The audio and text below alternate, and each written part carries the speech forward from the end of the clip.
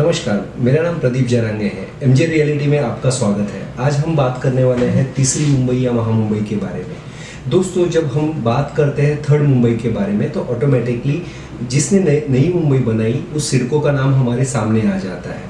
आज सिडको ने 30 से 40 साल पहले जब ये थर्ड मुंबई का प्लान बनाया था, वो क्यों बनाया था? जब आज उनको ये लगने लगा कि नई मुंबई में जितनी एमिनिटीज़ है और जितनी पॉपुलेशन है वो सारे पॉपुलेशन बढ़ रहा है और एमिनिटीज़ आज लोगों के लिए कम होती जा रही है। इन सारी वजहों से सिडको ने थर्ड मुंबई बनाने का प्लान किया और उसके लिए सिडको ने 2 स्पेशल प्लानिंग अथॉरिटीज़ बनाई। उस स्पेशल प्लानिंग अथॉरिटी में नंबर 1 स्पेशल प्लानिंग अथॉरिटी है वो है नैना। नैना मतलब Navi Mumbai airport influential notified area, जिसके तहत 270 गांव आते हैं जो तलोजा से लेके खालापुर तक फैले हुए हैं और जिसमें 12 टीपीएस आ जाती है। दूसरी अपनी स्पेशल प्लानिंग अथॉरिटी है वो है खोपटा टाउनशिप, जिसके तहत 32 गांव आते हैं और नेरुल उरन लाइन पे रंजनपाड़ा स्टेशन है, बाजू में खोपटे गांव एंड खोपटा ब्रिज है। यहाँ से लेके ये खोपटे गांव और खोपटे ब्रिज ये इस खोपटा टाउनशिप की बाउंड्री है। यहाँ से लेके जब हम पेन की ओर निकलते हैं तब खारपाड़ा टोल नाका लगता है। खारपाड़ा टोल नाका क्रॉस करने के बाद इमीडिएट राइट साइड में साई दिघाटी कासारबट ये गाँव आते हैं। यहाँ से लेके इस खोपटा ब्रिज तक ये पूरे 32 गाँव की खोपटा टाउनशिप है। इस हिसाब से अगर देखा जाए तो थर्ड मुंबई ये जो सिडको बना रही है ये कुल मिला के 300 गांव पे बना रही है। अभी हम थोड़ा सा इस थर्ड मुंबई का कैलकुलेशन देखने से पहले ये जो नई मुंबई सिडको ने बनाई ये कैसे बनाई ये थोड़ा सा समझ के लेते हैं। यहाँ पे देखिए ज़रा, आपको 1 गुंठा मतलब पता ही होगा। 1 गुंठा मतलब 1089 स्क्वायर फीट। मोटा मोटी हिसाब के लिए आज हम 1000 स्क्वायर फीट का एरिया ले लेते हैं। जब शुरुआत में सिडको ने नई मुंबई बनाने का प्लान किया तब उन्हें एक बात समझ में आई कि जैसे आज हम बेलापुर के अपने इस एमजे रियलिटी के ऑफिस में बैठे हुए हैं, इस बेलापुर में बेलापुर गांव है, उसी हिसाब से नेरुल में नेरुल गांव है, वाशी में वाशी गांव है।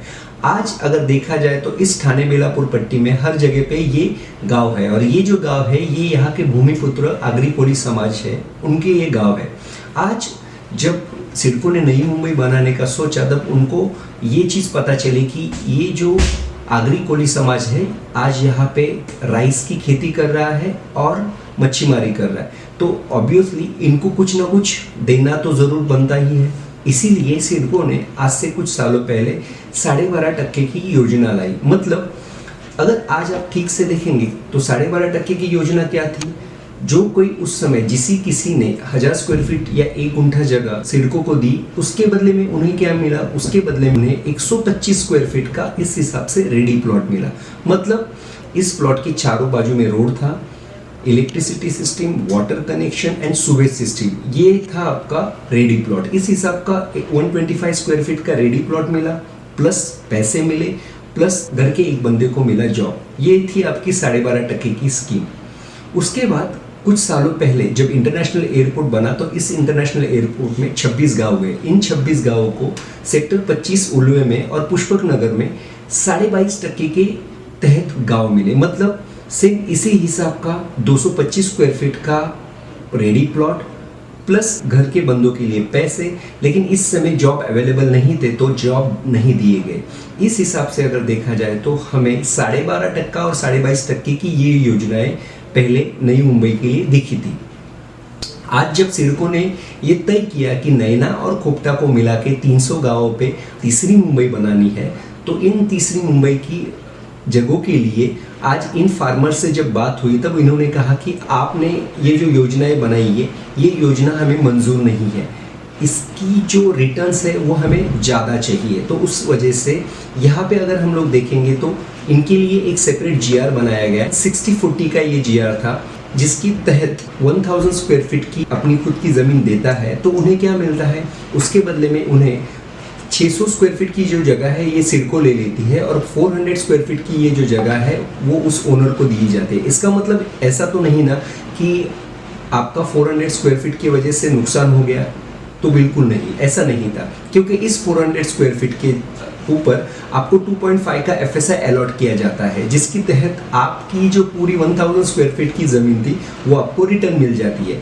इसका मतलब ये हुआ कि इस हिसाब का जो 400 स्क्वायर फीट का रेडी प्लॉट था उसके ऊपर आप 1000 स्क्वायर फीट का वर्टिकल कंस्ट्रक्शन कर सकते हो। इसका मतलब ये हुआ कि आने वाले थर्ड मुंबई में हम जितने भी कंस्ट्रक्शंस देखने वाले हैं वो कम से कम जगह में बड़े से बड़ी ऊंची इमारत या टावर्स यही रहने वाले हैं। अच्छा, इसमें सबसे इम्पोर्टेंट चीज़ एक है, वो है एमिनिटीज़। आज आप अगर एमिनिटीज़ के बारे में सोचेंगे तो आपको बेसिक एमिनिटी अगर पता चलती है वो है रोड। आज फॉर एग्जांपल आज अगर आप पाम बीच से आते हो या सायन परमेल हाईवे से आते हो तो आपके लेफ्ट या राइट में 500 से 1000 मीटर के अंदर को बड़े बड़े टावर्स और बिल्डिंग्स दिखाई देती है। अच्छा, इस बिल्डिंग्स और टावर्स के अगर बाजू से आप पीछे की तरफ जाते हो तो आपको रेगुलर कंस्ट्रक्शन दिखता है। इसका मतलब क्या है कि किसी भी एमिनिटीज़ के आजू बाजू में 500 से 1000 मीटर के अंदर आप जब कोई कंस्ट्रक्शन करते हो तब आपको ये एक्स्ट्रा एडिशनल FSI मिल जाता है। नवी मुंबई में ये एक्स्ट्रा एडिशनल FSI 3 तक चला जाता है। अच्छा, आज अगर हम थर्ड मुंबई के बारे में जब सोचते हैं तो यहाँ पे हमें कौन सी एमिनिटीज़ दिखाई देती है? यहाँ पे हमें international airport, Atal Setu, Virar Alibag corridor, Pune Sawantwadi expressway, greenfield highway, metro और ट्रेन, ये सारी एमिनिटीज़ दिखाई देती है। लगभग 40,000 करोड़ की ये एमिनिटीज़ है, जिसके वजह से यहाँ पे हमें एडिशनल FSI जो है वो 3 का मिल जाता है। फॉर एग्जाम्पल आज हम इस थर्ड मुंबई में 5 गुंठे जगह परचेस कर रहे हैं तो उसका हिसाब कैसा रहेगा या उसका वैल्यूएशन हमें कैसे मिलेगा? तो ये देखिए, 5 गुंठे की जगह मतलब कितनी होती है? करीबन 5000 स्क्वायर फीट। अगर 3 का FSI जब हम कैलकुलेट करते हैं एडिशनल, तब इसका कैलकुलेशन हो जाता है 15,000 स्क्वायर फीट का कंस्ट्रक्शन एरिया हमें मिल जाता है। अभी इस 15,000 कंस्ट्रक्शन के एरिया का अगर हम वैल्यूएशन निकालने जाते हैं तो हम लोग कैसे निकालेंगे कि यहाँ से आज 3 से 4 किलोमीटर की दूरी पे उल्वे है। उल्वे में जब कोई भी कंस्ट्रक्शन के लिए उतरता है या कोई भी फार्मर अपना प्लॉट बिल्डर को देता है या जेवी करता है, जेवी मतलब जॉइंट वेंचर, तो वहाँ का रेशियो है 50-50, मतलब जो कुछ कंस्ट्रक्ट किया जाता है उसमें से 50% ओनर का और 50% बिल्डर का रहेगा।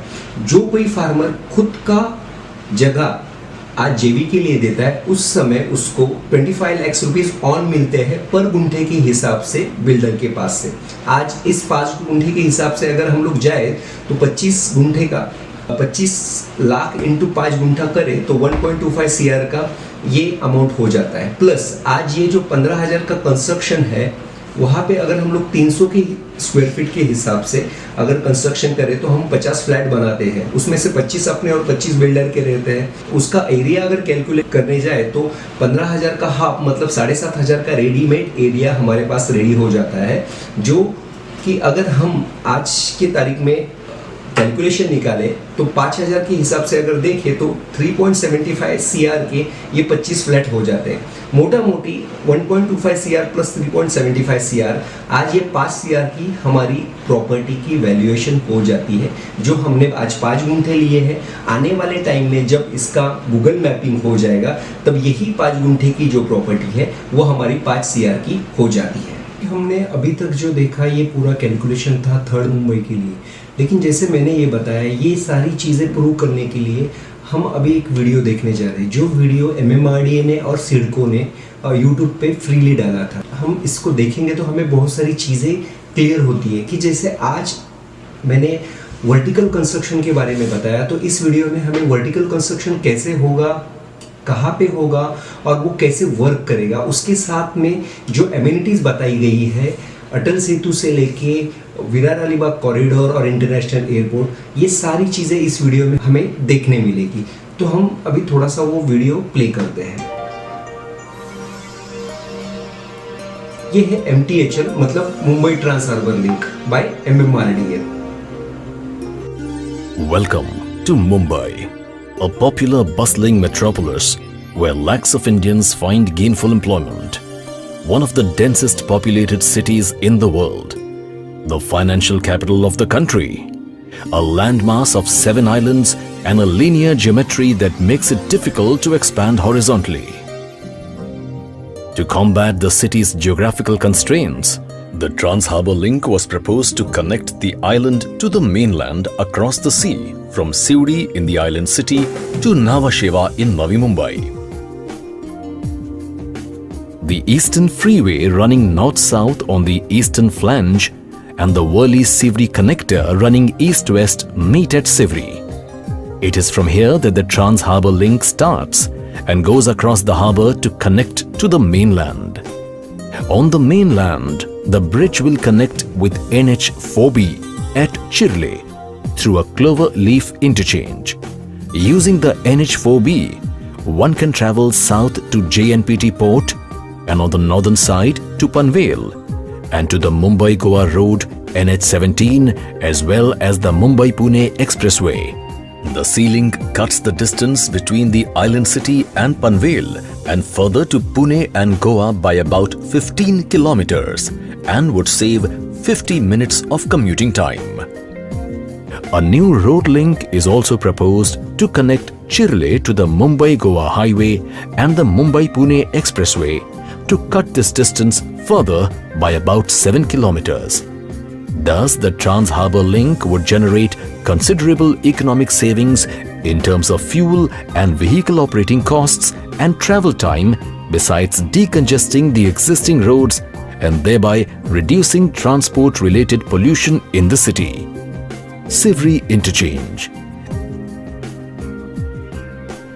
It is from here that the Trans-Harbour Link starts and goes across the harbour to connect to the mainland. The Trans-Harbour Link is 22 kilometers long with a 16.5 kilometer bridge across the sea and a 5.5 kilometer viaduct on land on the Navi Mumbai side. This would be the longest sea bridge in the country.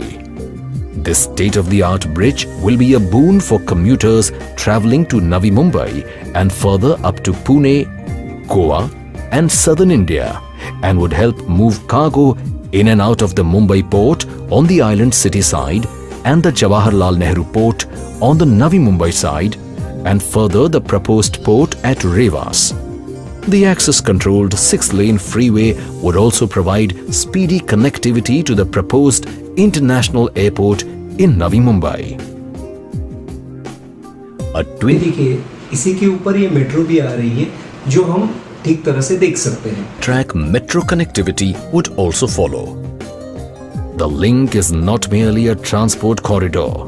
It would accelerate large-scale development of Ulve and Dronagiri areas in Navi Mumbai. इसके आगे हम लोग क्या देखेंगे कि जैसे मैंने कुछ देर पहले कहा था कि वर्टिकल कंस्ट्रक्शन हमें यहाँ पे दिखता है. इस वर्टिकल कंस्ट्रक्शन में 60 और 40 का जो रेशियो है जिसकी वजह से हमें यहाँ पे बड़े बड़े टावर्स और बिल्डिंग्स ही दिखाई देंगे. तो वो किस हिसाब से रहेंगे ये आप यहाँ पे देख सकते हैं. And in the Raigad district in the mainland, through planned transformation of land uses that add economic value.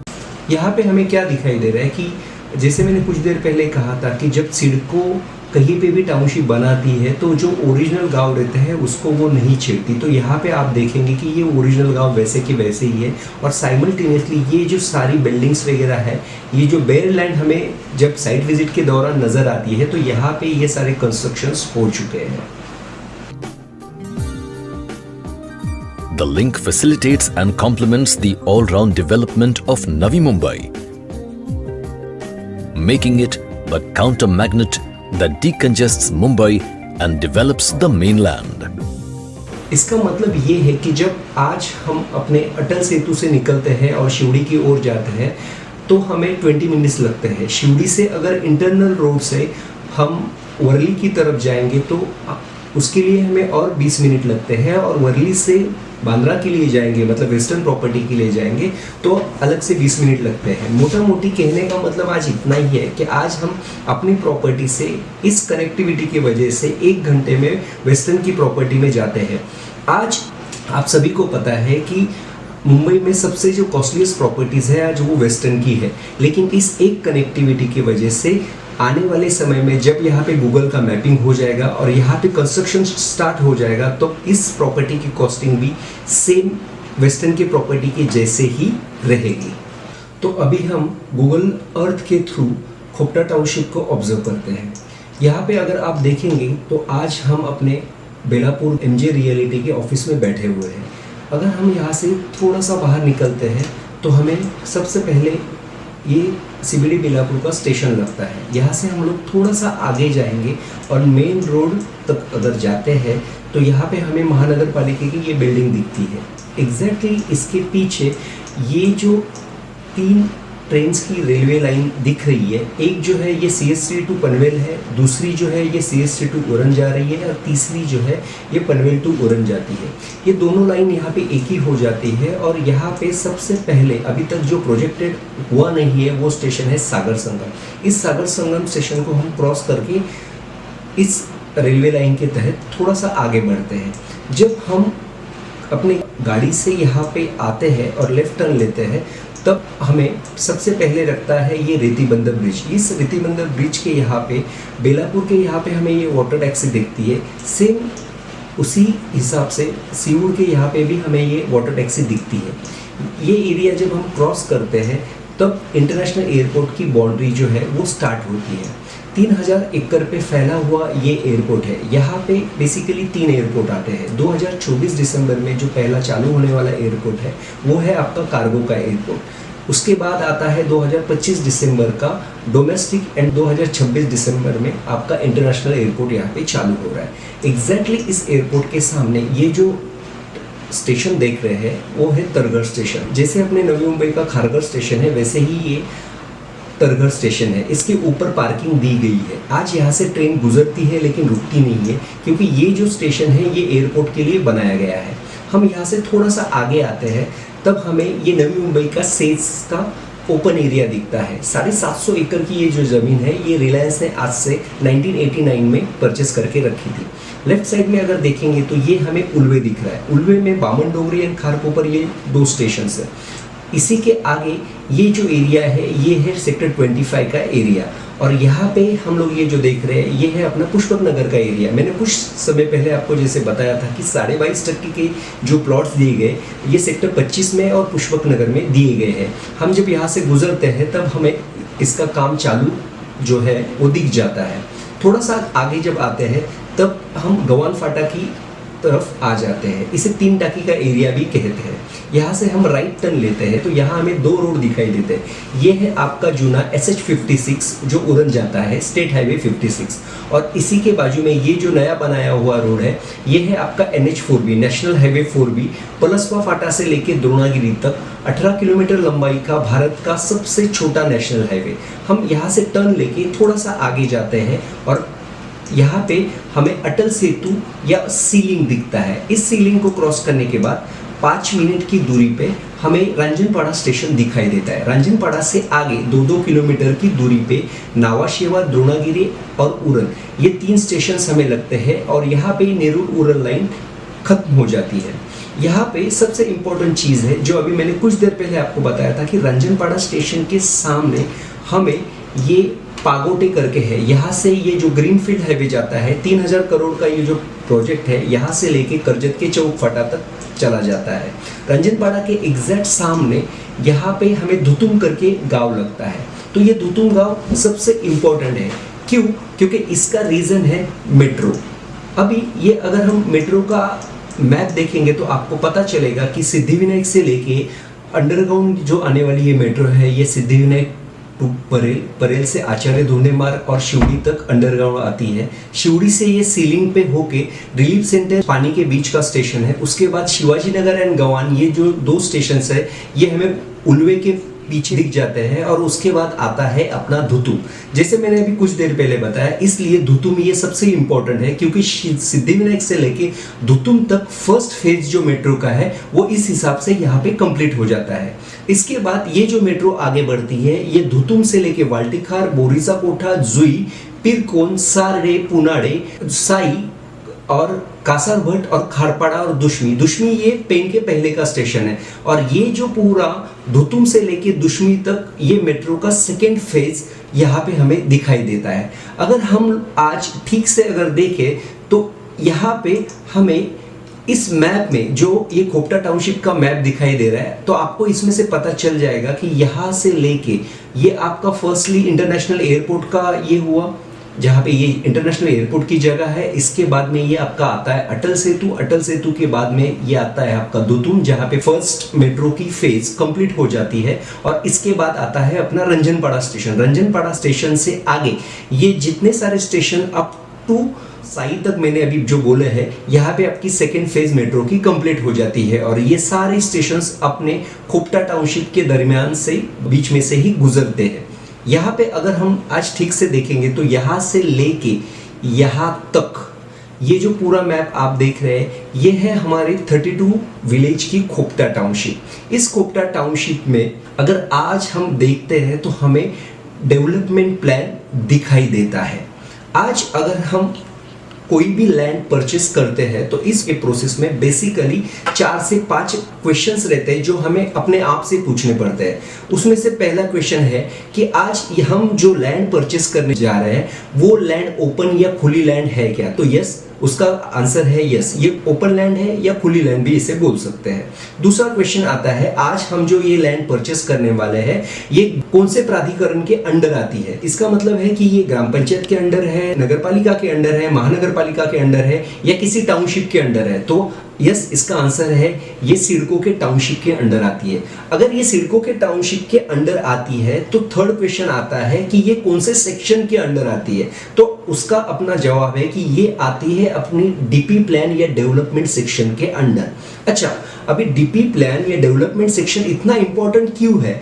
क्योंकि जैसे आप यहाँ पे देख पा रहे हैं कि किसी भी डेवलपमेंट प्लान के तहत कोई भी जमीन जब आ जाती है तब वहां पे हमें मेनली अलग अलग जोनिंग देखने मिलते हैं, जैसे रेसिडेंशियल जोन हुआ, कमर्शियल जोन हुआ, एजुकेशनल जोन हुआ। ये सारे जोन ये डीपी या डेवलपमेंट प्लान के तहत हमें दिखाई देते हैं। देखिए, आज अगर हमें यहाँ पे कोई ज़मीन परचेस करनी है और जैसे मैंने आपको कहा कि ये आपके सिडको के टाउनशिप के तहत जा रही है, तो ये तो ऑब्वियस है कि यहाँ पे जो हम प्लॉट खरीदने वाले हैं उसका अलॉटमेंट हमें सिडको के थ्रू ही मिलेगा। अगर ये सिडको के थ्रू मिलेगा तो ये किस हिसाब से मिलेगा, ये जानने के लिए हम चलते हैं सिडको के नैना टाउनशिप के अंदर, जो स्टार्ट होती है पनवेल से। ये है आपका पनवेल का स्टेशन और ये है आपका सायन पनवेल हाईवे। आज हम लोग जब देखते हैं कि हम वाशी से आते हैं और न्यू पनवेल के लिए इस ब्रिज के अंडर से लेफ्ट टर्न लेके टूवर्ड न्यू पनवेल हम लोग आगे बढ़ते हैं, तब हम सुकापुर के रोड पे आते हैं और यहाँ पे हमें ये बालाजी सिम्फनी बिल्डिंग दिखती है। इस बालाजी सिम्फनी के बाद आसपास अगर देखेंगे तो हमें ये कुछ नए रोड्स रेडी हुए हैं वो दिखाई देते हैं। और उसी के साथ में ये जो कंस्ट्रक्शंस है, यहाँ पे कनकिया बिल्डर्स, बालाजी एवेरा, एमरांता, ये सारे बिल्डर्स आके इन्होंने बिल्डिंग्स वगैरह रेडी करके आज यहाँ पे लोग भी रहने आए हैं।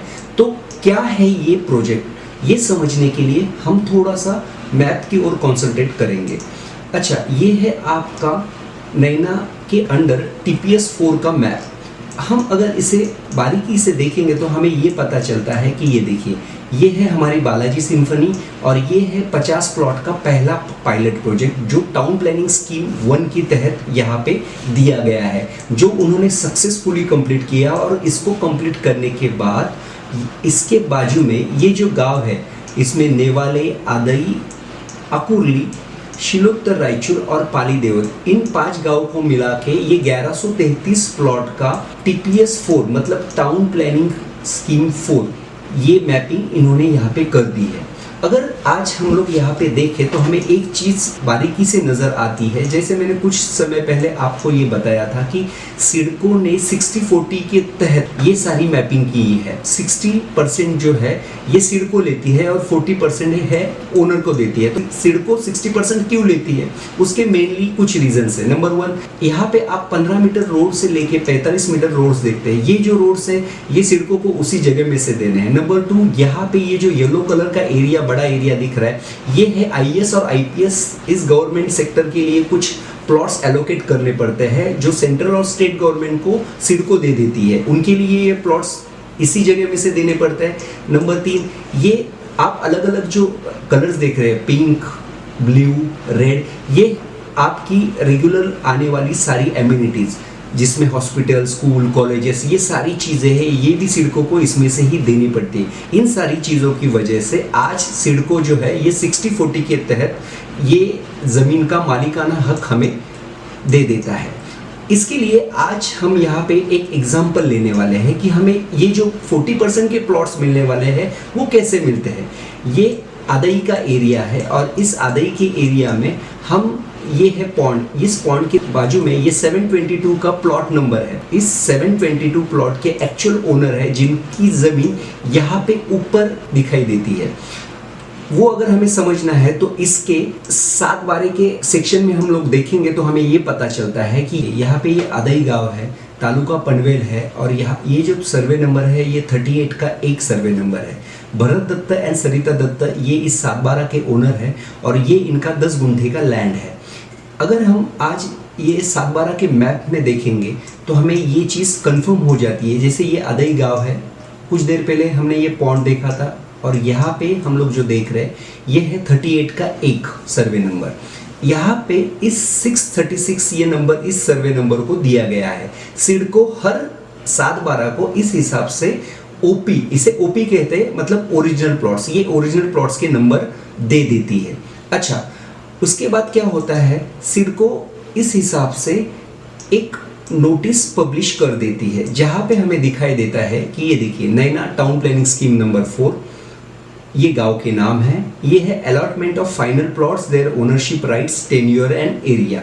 यहाँ पे अगर हम लोग ठीक से देखेंगे तो हमें गांव का नाम, survey number, original plots number, ये सारी चीज़ें दिखाई देती है। तो ये देखिए विलेज का नाम आदई है, 38 का 1 ये सर्वे नंबर है, ओपी है 636 जो कुछ समय पहले हम लोग ने देखा था, फाइनल प्लॉट मतलब एफपी नंबर है 722 और ये है आपका FP final plot area in square metre, मतलब ये जो दिया गया है ये है 400 स्क्वायर मीटर। अच्छा, इसका मतलब होता है 4000 स्क्वायर फीट, मतलब 4 गुंठा।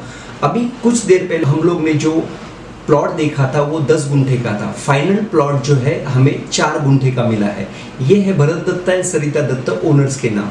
इसका सीधा सीधा मतलब ये है कि 60% लैंड जो है ये सिडको ले लेती है और 40% लैंड जो है ये हमें अलॉट किया जाता है।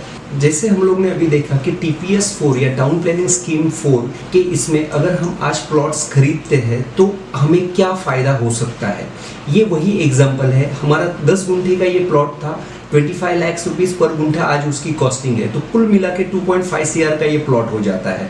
फाइनल प्लॉट सिडको के माध्यम से जो हमारे हाथ में आता है वो है 4 गुंठे का या 400 मीटर का। आज इस 400 मीटर के लैंड पे क्या हो सकता है, आज इस 400 मीटर के लैंड के ऊपर G+7 की बिल्डिंग होती है। इस G+7 की बिल्डिंग में ग्राउंड फ्लोर में आपका पार्किंग आ जाता है और ऊपर के सारे फ्लोर जो होते हैं वो 2500 स्क्वायर फीट के होते हैं। इसका मतलब ये हुआ 500 स्क्वायर फीट के 5 फ्लैट। अच्छा, 500 स्क्वायर फीट के 5 फ्लैट, इसका मतलब ये हुआ कि 7 फ्लोर पे कुल मिला के आपके पास आज 35 फ्लैट्स रेडी हो गए हैं। आज अगर इस एरिया में मतलब बालाजी सिम्फनी के आजू बाजू के इस एरिया में अगर हम देखेंगे तो हमें 1 BHK जो है वो 45 लाख का मिलता है, 2 BHK 1 करोड़ 10 लाख का और 3 BHK जो है वो 1 करोड़ 89 लाख का। आज 500 स्क्वायर फीट का ये फ्लैट होते हुए भी अगर हम इसकी कॉस्टिंग 50 लाख भी पकड़े तो भी आज हमारी ये 18 CR की प्रॉपर्टी रेडी हो गई है। अच्छा, इसके लिए हम लोग ने क्या किया, इसके लिए हमने 2.5 CR का प्लॉट परचेस किया।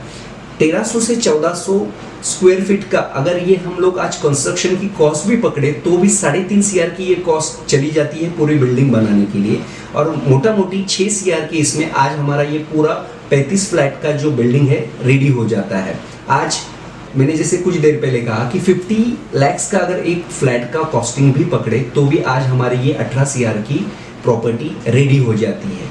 कहने का मतलब ये है कि 6 CR में 18 CR की ये प्रॉपर्टी हमारे आज रेडी हो जाती है और यहाँ पे आने वाले टाइम में अगर हम जस्ट प्लॉट भी खरीद के रखें तो भी और JV के लिए चले जाए, जॉइंट वेंचर के लिए, तो भी हमारे 9 CR तो कहीं नहीं गए। इस हिसाब से आज हम अगर TPS 4 में या इस रेडी टू मूव प्लॉट्स के इसमें इन्वेस्टमेंट करते हैं तो हमारी अच्छी खासी प्रॉपर्टी बन सकती है।